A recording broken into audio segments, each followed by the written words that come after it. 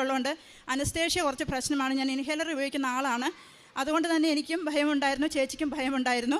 അപ്പോൾ അങ്ങനെ റാലിയിൽ പങ്കെടുത്തെങ്കിലും ആ ഓപ്പറേഷൻ മാറിയില്ല. അത് ചെയ്യണമെന്ന് തന്നെയായിരുന്നു ഡോക്ടർമാർ പറഞ്ഞത്.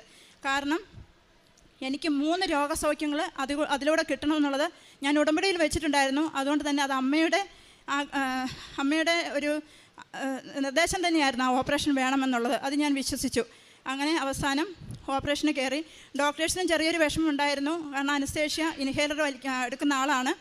അപ്പോൾ അതുകൊണ്ട് അവർക്കും ഒരു ചെറിയൊരു ഡൗട്ടുണ്ട്. പിന്നെ എനിക്ക് ഏറ്റവും വലുത് പെനിസിലിൻ അലർജിയാണ്. സാധാരണ ഓപ്പറേഷൻ ചെയ്ത് കഴിഞ്ഞാൽ നമുക്ക് പെനിസിലിൻ ഇഞ്ചക്ഷൻ ആവശ്യമാണ് മുറിവുണങ്ങണമെങ്കിൽ. അപ്പോൾ അതും അവർക്കൊരു ചെറിയൊരു വിഷമമുണ്ടായിരുന്നു.